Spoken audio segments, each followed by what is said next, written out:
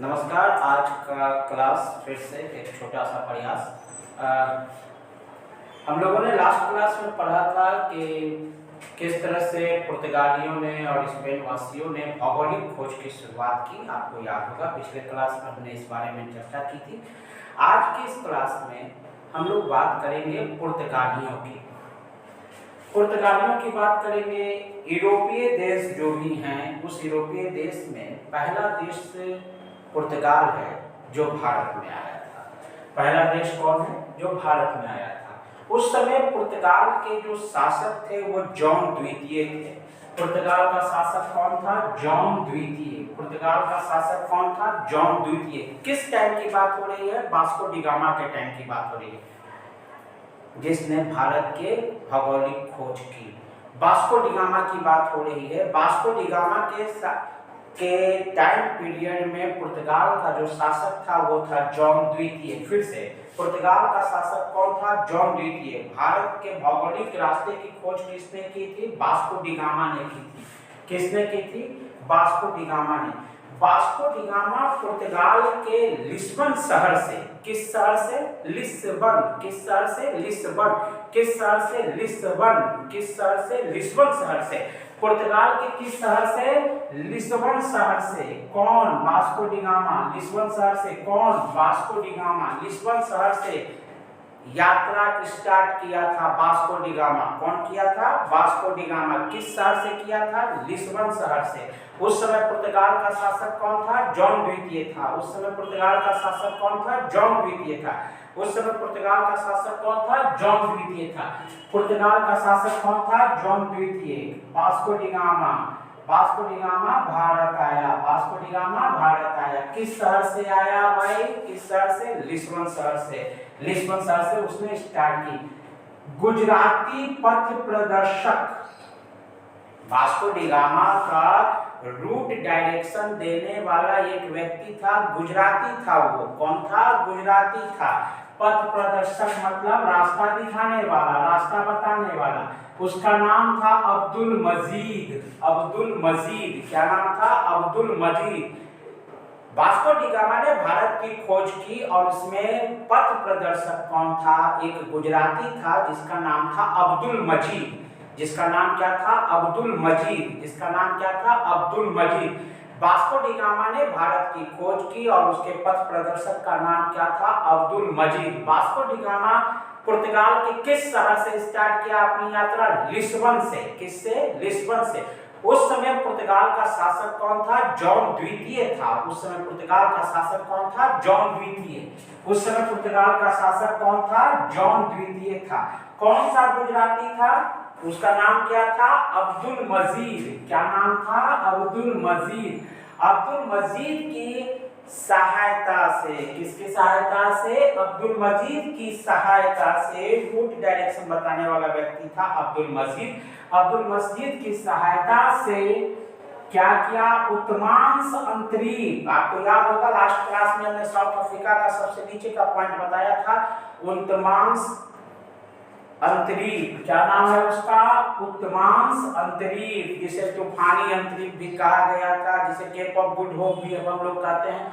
उत्तमांश अंतरीप के चक्कर लगाते हुए, उत्तमांश अंतरीप का चक्कर लगाते हुए 17 मई 1498 कब? 17 मई। कब? 17 मई। कब? 17 मई साल 1498। 17 मई 1498। 17 मई 1498 को केरल के कालीकट, केरल के कालीकट में, केरल में एक जगह कालीकट, कालीकट के बंदरगाह कप कडाबू। क्या नाम? कप कडाबू। क्या नाम? कप कडाबू। कप कडाबू। क्या नाम? कप कडाबू। कालीकट के बंदरगाह कप कडाबू पर अपना बेड़ा उतारा। कप कडाबू। क्या नाम है बंदरगाह का? कप कडाबू। कप कडाबू पर अपना बेड़ा उतारा। कौन? Vasco da Gama. Vasco da Gama पुर्तगाल के लिस्बन शहर से चला। वास्को डी गामा पुर्तगाल के लिस्बन शहर से चला। उस समय पुर्तगाल का शासक जॉन द्वितीय था। वास्को डी गामा लिस्बन शहर से चल रहा था। अपनी यात्रा उसने शुरू की लिस्बन शहर से, और लिस्बन शहर से जब यात्रा शुरू की तो उसके साथ गुजराती पथ प्रदर्शक मौजूद थे, अब्दुल मजीद। कौन मौजूद थे? अब्दुल मजीद। अब्दुल मजीद की सहायता से उत्तमान सल्तनत का चक्कर काटते हुए वो कालीकट पहुंचा, और कालीकट के बंदरगाह पर कप कडाबू, क्या नाम है बंदरगाह का? कप कडाबू। क्या नाम है बंदरगाह का? कप कडाबू पे 17 मई 1498 को पहुंच गया। कब पहुंच गया? 17 मई 1498 को। कौन पहुंचा? वास्को डी गामा पहुंचा। कौन पहुंचा? Vasco da Gama. Vasco da gamma पहुंचा 17 मई 1498 को। भाई पुर्तगाल का उस समय का शासक तो जॉन द्वितीय था, ये बात है। लेकिन जब वो कालीकट पहुंचा तो वहां का भी एक राजा था जो हिंदू राजा था। उस हिंदू राजा की जो पैतृक उपाधि थी वो थी जमोरिन। क्या थी? जमोरिन। पैतृक उपाधि क्या थी? जमोरिन। पैतृक उपाधि क्या थी? जमोरिन। जॉन द्वितीय कहाँ का शासक था? पुर्तगाल का था। कालीकट जब पहुंचा वास्को डी गामा, तो वास्को डी गामा के कालीकट जब पहुंचा 17 मई 1498 को, कालीकट के कौन से बंदरगाह? कप कडाबू। कौन सा बंदरगाह? हमने आपको बताया कप कडाबू। कौन सा? कप कडाबू। उस समय वहां का शासक कौन था? वहां का जो शासक था उसकी पैतृक उपाधि थी जमोरिन। क्या था? जमोरिन। उपाधि क्या थी? जमोरिन। जमोरिन ने वास्को डी गामा का स्वागत किया। जमोरिन ने वास्को डी गामा का स्वागत किया और उसे अपने यहाँ से मसाले और जड़ी बूटियां ले जाने की आज्ञा दी। अपने यहाँ से मसाले और जड़ी बूटियां ले जाने की आज्ञा दी। मसाला और जड़ी बूटियां ले जाने की आज्ञा दी। वास्को डी गामा जो है काली मिर्च, वास्को डी गामा काली मिर्च लेकर अपने हेक्टर नामक जहाज से, किसके नामक जहाज से? हेक्टर। कौन सा जहाज था? हेक्टर था। वास्को डी गामा भारत कब आया? 17 मई 1498 को। कहाँ आया? कालीकट के कप कडाबू में आया। वहां का राजा कौन था जिसकी पैतृक उपाधि थी जमोरिन? क्या थी? जमोरिन उपाधि थी उसकी। जमोरिन ने किसका स्वागत किया? वास्को डी गामा का किया। वास्को डी गामा कहां से आया? पुर्तगाल से। पुर्तगाल का शासक कौन था? जॉन द्वितीय था। जब वास्को डी गामा भारत आ रहा था तो उसका एक रास्ता दिखाने वाला व्यक्ति था, उसका नाम क्या था? अब्दुल मजीद, जो गुजराती था। अब्दुल मजीद जो गुजराती था। उस गुजराती के सहायता से उत्तमान सल्तनत का चक्कर काटते हुए 17 मई 1498 को वास्को डी गामा भारत आ गया। बात क्लियर हो गई?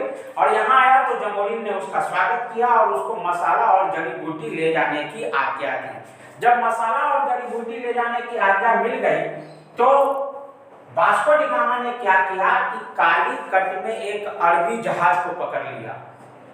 एक अरबी जहाज था, उसको पकड़ के जमोरिन को उसने गिफ्ट कर दिया। एक अरबी जहाज भी था, पानी में लगा हुआ था या आ रहा होगा, और उसको पकड़ लिया कौन? वास्को डी गामा, और उस पर अधिकार करके जमोरिन को वो जहाज माल सहित दे दिया कि ये आपको मेरी तरफ से गिफ्ट है। अब काली मिर्च लेकर के गया, पुर्तगाली था वास्को डी गामा। कितना टफ था, हमने आपको पिछले क्लास में रूट बताया था कि कितना टफ रूट से वो आया गया। अब वास्को डी गामा जब वहां पहुंच रहा है, पुर्तगाल वापस लौटा, तो टोटल आने जाने में जो उसको खर्च हुआ उस खर्चे को काट भी दिया जाए तो 60 गुना 60, जी हाँ, उसे 60 गुना लाभ हुआ। कितना गुना लाभ हुआ? 60 गुना लाभ हो गया। 60 गुना। एक ऐसा बिजनेस जिसमें 100 रुपया लगाया उसने और 160 गुना उसे फायदा हो गया।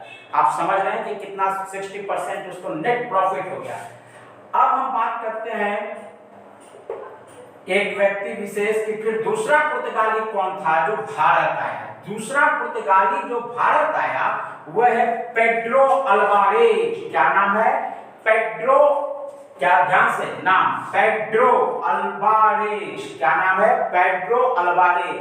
दूसरा पुर्तगाली जो भारत आया उसका नाम है पेड्रो अल्वारेज। दूसरा पुर्तगाली जो भारत आया उसका क्या नाम है? Pedro Alvarez. 1502 ईस्वी में।